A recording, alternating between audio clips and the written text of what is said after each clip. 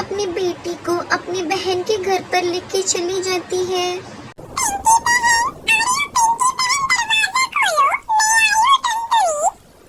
टुनटुनी कब से आवाज लगाती है लेकिन कोई भी दरवाजा नहीं खोलता।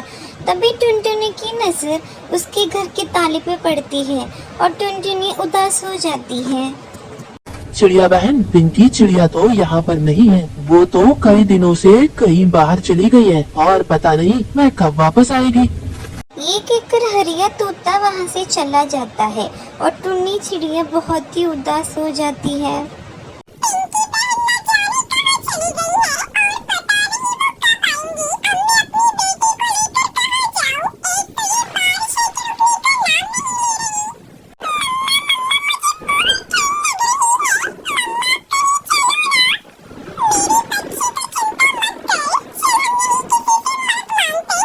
ये कहकर टुन्नी चिड़िया कालू कौवे की द्वार पर आती है।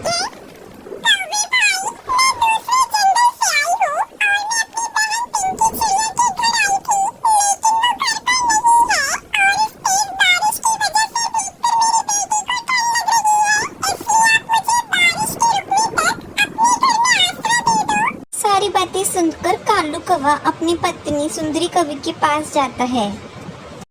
पति जी, कौन आया है इतनी तेज बारिश में हमारे घर? सुंदरी, वो अपने पड़ोस में पिंकी चिड़िया है ना, उसकी कोई रिश्तेदार है। वो उसके घर आई थी लेकिन पिंकी तो घर पर नहीं है, इसलिए वो बारिश रुकने तक हमारे घर पर रहने की बोल रही है। नहीं नहीं कालू जी, मैं नहीं दे सकती किसी को अपने घर में आसरा। उस चिड़िया से मना कर दो।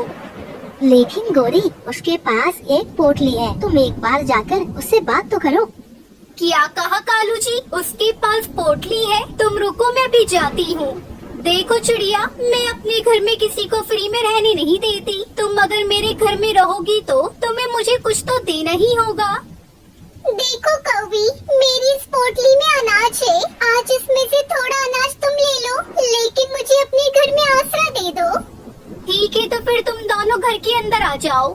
फिर गौरी कवि उन दोनों को एक कमरा दे देती है और ये कहती है कि चिड़िया, तुम दोनों इस घोंसले में रहना और इस पोटली में से आधा अनाज मुझे किराए का दे दो।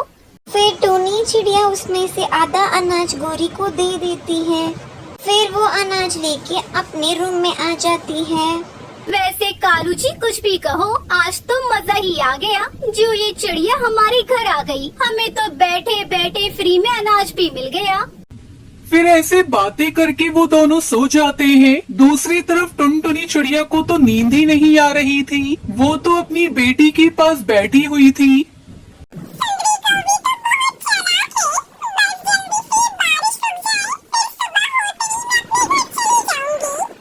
फिर ऐसे सोचते हुए टुनटुनी चिड़िया सो जाती है और सुबह उठकर वो दरवाजे पर आकर बैठती है।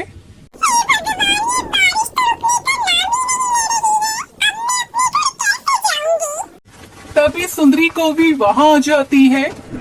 देखो चिड़िया, बारिश तो आज भी हो रही है। अगर आज भी तुम्हें मेरे घर के अंदर रहना है तो वो बाकी का अनाज भी मुझे दे दो। लेकिन सुंदरी बहन, मैं आपको आधा अनाज तो पहले ही दे चुकी हूँ। अगर मैं ये अनाज भी आपको दे दूंगी तो हम दोनों माँ बेटी क्या खाएंगे?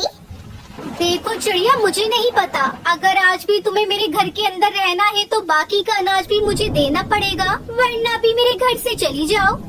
सुंदरी बहन, इतनी तेज बारिश में अपनी बेटी को लेकर मैं कहाँ जाऊंगी? अब तो आपने हमारा सारा अनाज भी ले लिया, अब हम क्या खाएंगे? अरे तू तो मेरे पीछे पड़ गई है। या तो तू मुझे अनाज दे दे या मेरे घर से निकल जा।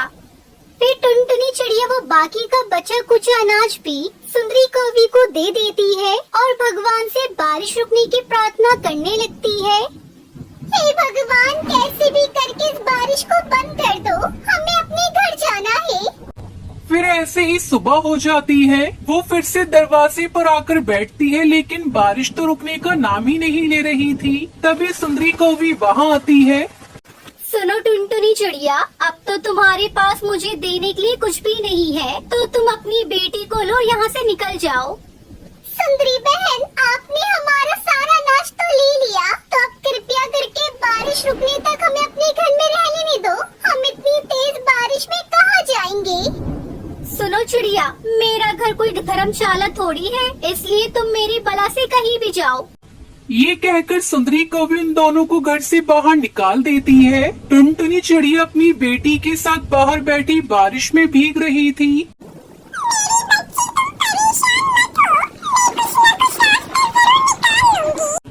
फिर टुनटुनी अपनी बेटी को लेकर आगे बढ़ती है। तभी उसकी नजरें घर पर पड़ती है और वो वहाँ आती है। वो वहाँ आकर आवाज देने वाली थी कि तभी उसकी नजर खिड़की पर पड़ती है। ये क्या? ये तो किसी चील का घर है। अगर मैं इसके घर में गई तो ये हमें खा जाएगा। चलो हम यहाँ से कहीं दूसरी तरफ चलते हैं। ये कहकर टुनटुनी चिड़िया अपनी बेटी सुनहरी को लेकर वहाँ से उड़ जाती है और एक खाली जगह पर जाकर बैठ जाती है।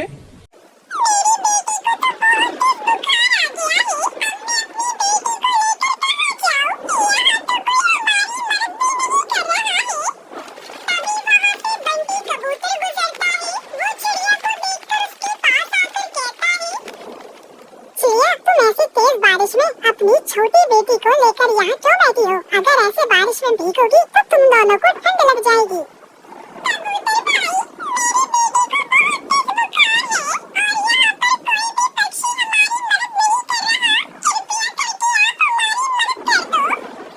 फिर टुनटुनी उस कबूतर को अपनी सारी बात बताती है। तब वो कबूतर उन दोनों को अपने घर ले जाता है। वो टुनटुनी की बेटी को बुखार की दवाई पिला देता है, जिससे वो कुछ ही देर में ठीक हो जाती है।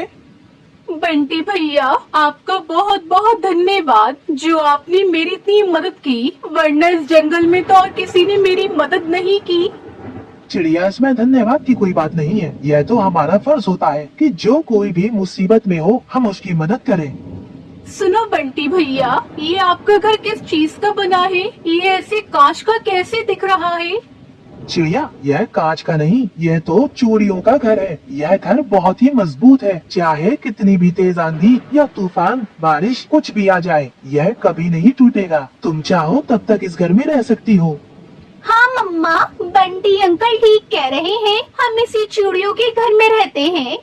ठीक है बेटा, जब तुम्हारा इतना मन कर रहा है इस चूड़ियों के घर में रहने का, तो हम इसी में रहते हैं।